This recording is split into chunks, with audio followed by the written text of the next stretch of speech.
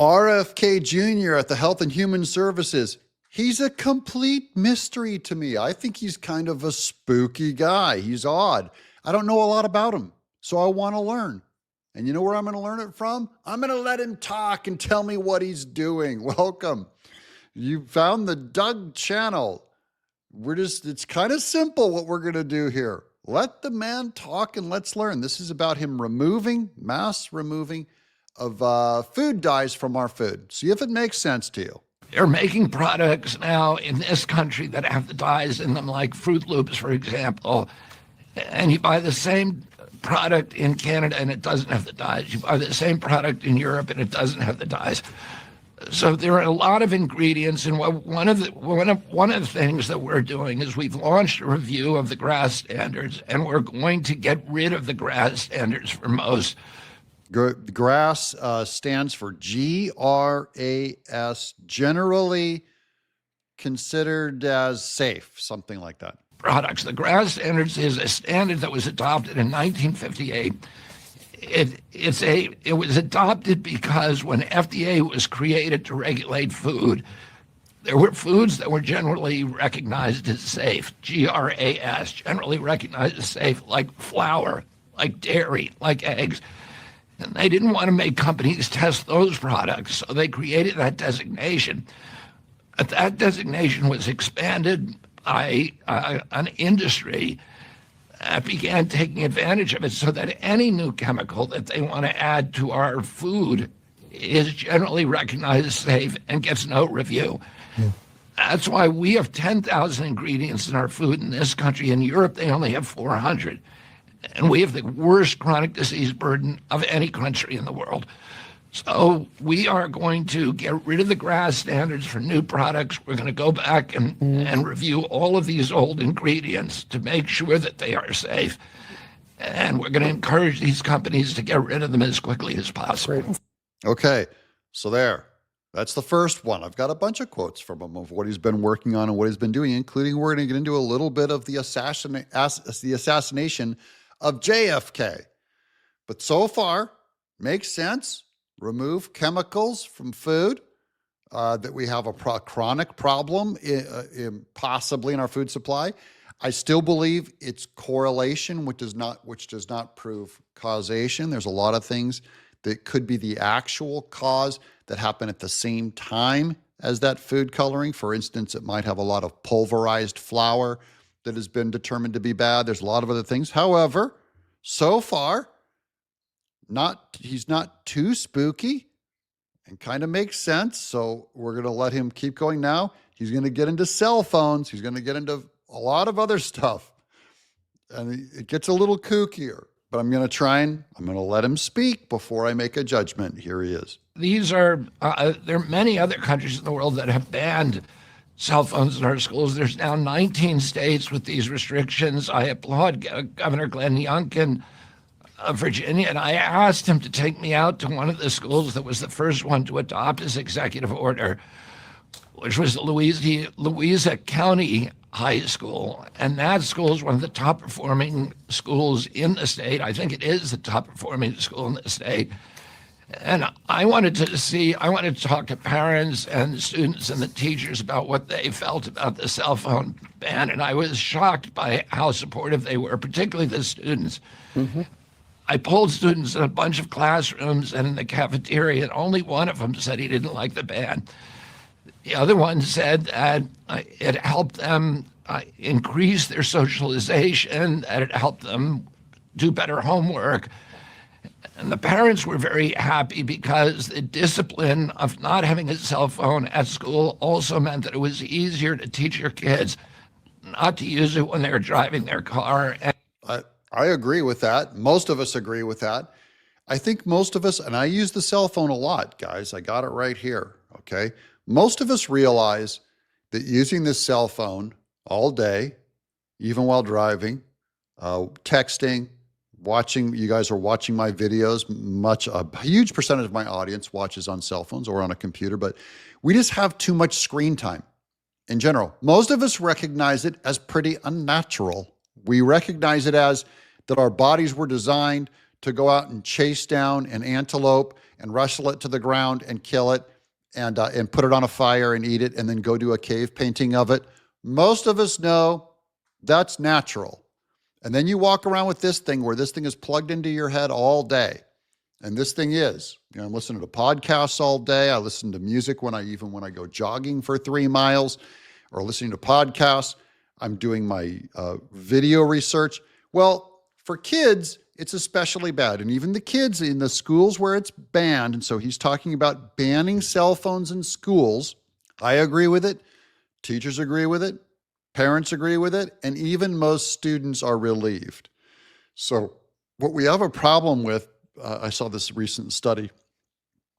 In general, our youth right now have only about an 8-second attention span. Let that sink in. If you have the attention span, even to make it this far into the video. 8-second attention span. So I approve of this. He's going to go into some of the radio waves later and the mic and all that and, cooking your brain and stuff. That I don't believe has been proven. I'd love to see more science on that. But I do think it's clear the cell phone is disruptive. And in general, most people kind of sense it's too invasive and too much and too bad. And to do their homework at home without referencing their cell phones all the time. The cell phones also produce electromagnetic radiation. Okay, here we go. Now I need some science. I know it produces some radiation, but I'd love to see more hard data on that.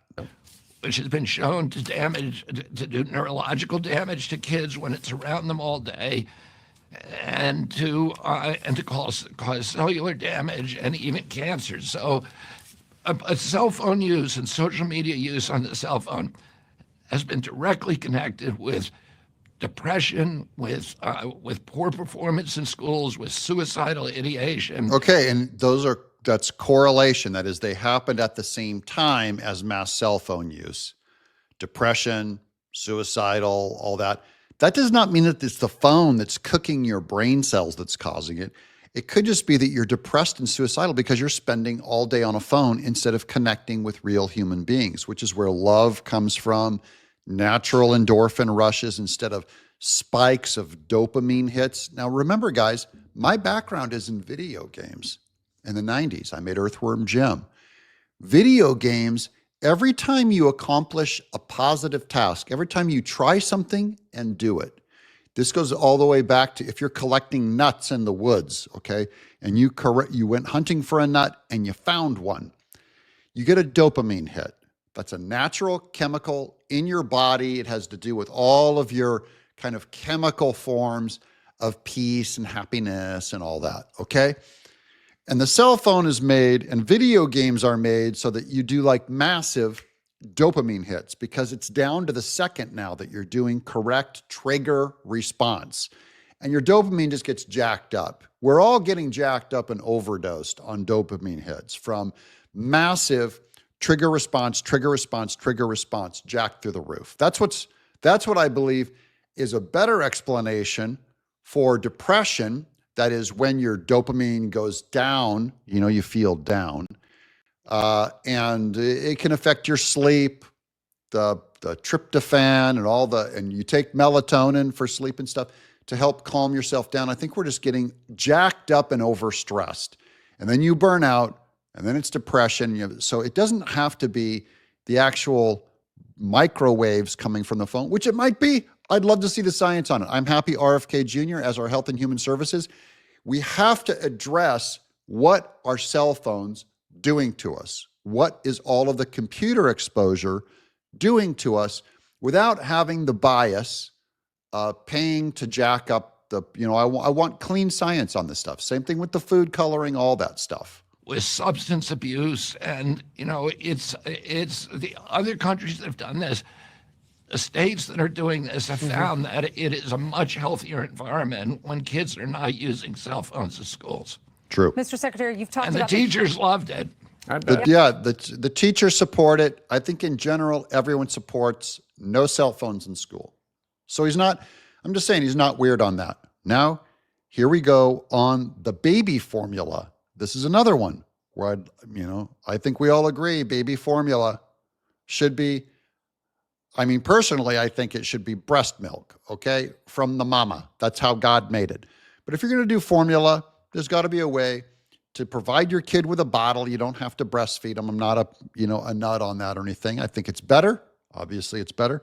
But if you have to, the milk, he's going after the formula makers. And now HHS Secretary Robert F. Kennedy Jr. is announcing what he's calling Operation Stork Speed. It's a plan, he says, that will create better oversight into America's baby formula industry, from expanding product options to increasing testing on what's already on the shelves. And it comes on the heels of a consumer report finding dangerous levels of lead, arsenic, and forever chemicals. Put me down as a no vote on putting lead and arsenic in baby formula, okay? 100% in agreement with RFK Jr. on that front. Let's start there. Let's start banning that, and let's go take a look at all those chemicals, because obviously if they're finding traces of arsenic and lead, if that's true, then yeah, someone blew it. Now here's finally, I'm saving this till last because this is the one that I'm sort of least interested in, a conspiracy like this, where it just flat out says, his brother was assassinated by this. JFK Jr. was assassinated by our own government. Okay, you said the evidence is overwhelming and beyond any reasonable doubt that the CIA was involved in the killing of your uncle, a U.S. president. What is the evidence? Well, there's millions of pages of documents, of CIA documents, of transcripts, of recorded conversations from the Cuban embassy in Mexico City. It's hard to summarize the evidence. There are, as I said in that podcast, there are confessions of people who were directly involved in the plot, who were involved in the planning of the plot, who were peripheral to the plot. There's a 60-year cover-up.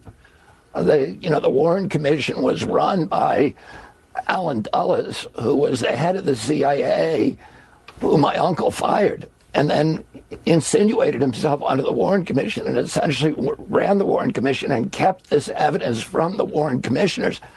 By the way, when Congress, 10 years later, investigated the crime with much more evidence than the Warren Commission had at its disposal, Congress found that, yeah, it was a plot. It was a conspiracy. There were multiple people involved.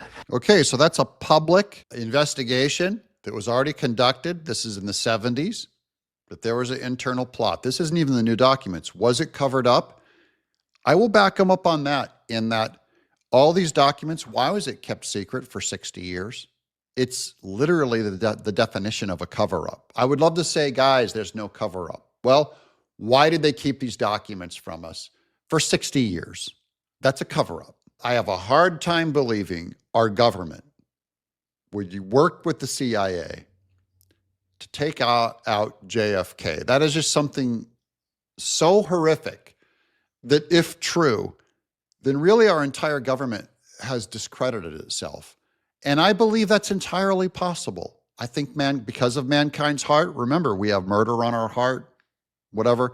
The idea that was being proposed and operated in the 60s, that's where I'm skeptical. I've read some of the documents he's talking about, like how this goes all the way back to Mexico City and working with Cuba and our CIA. There is a lot of that in the investigation.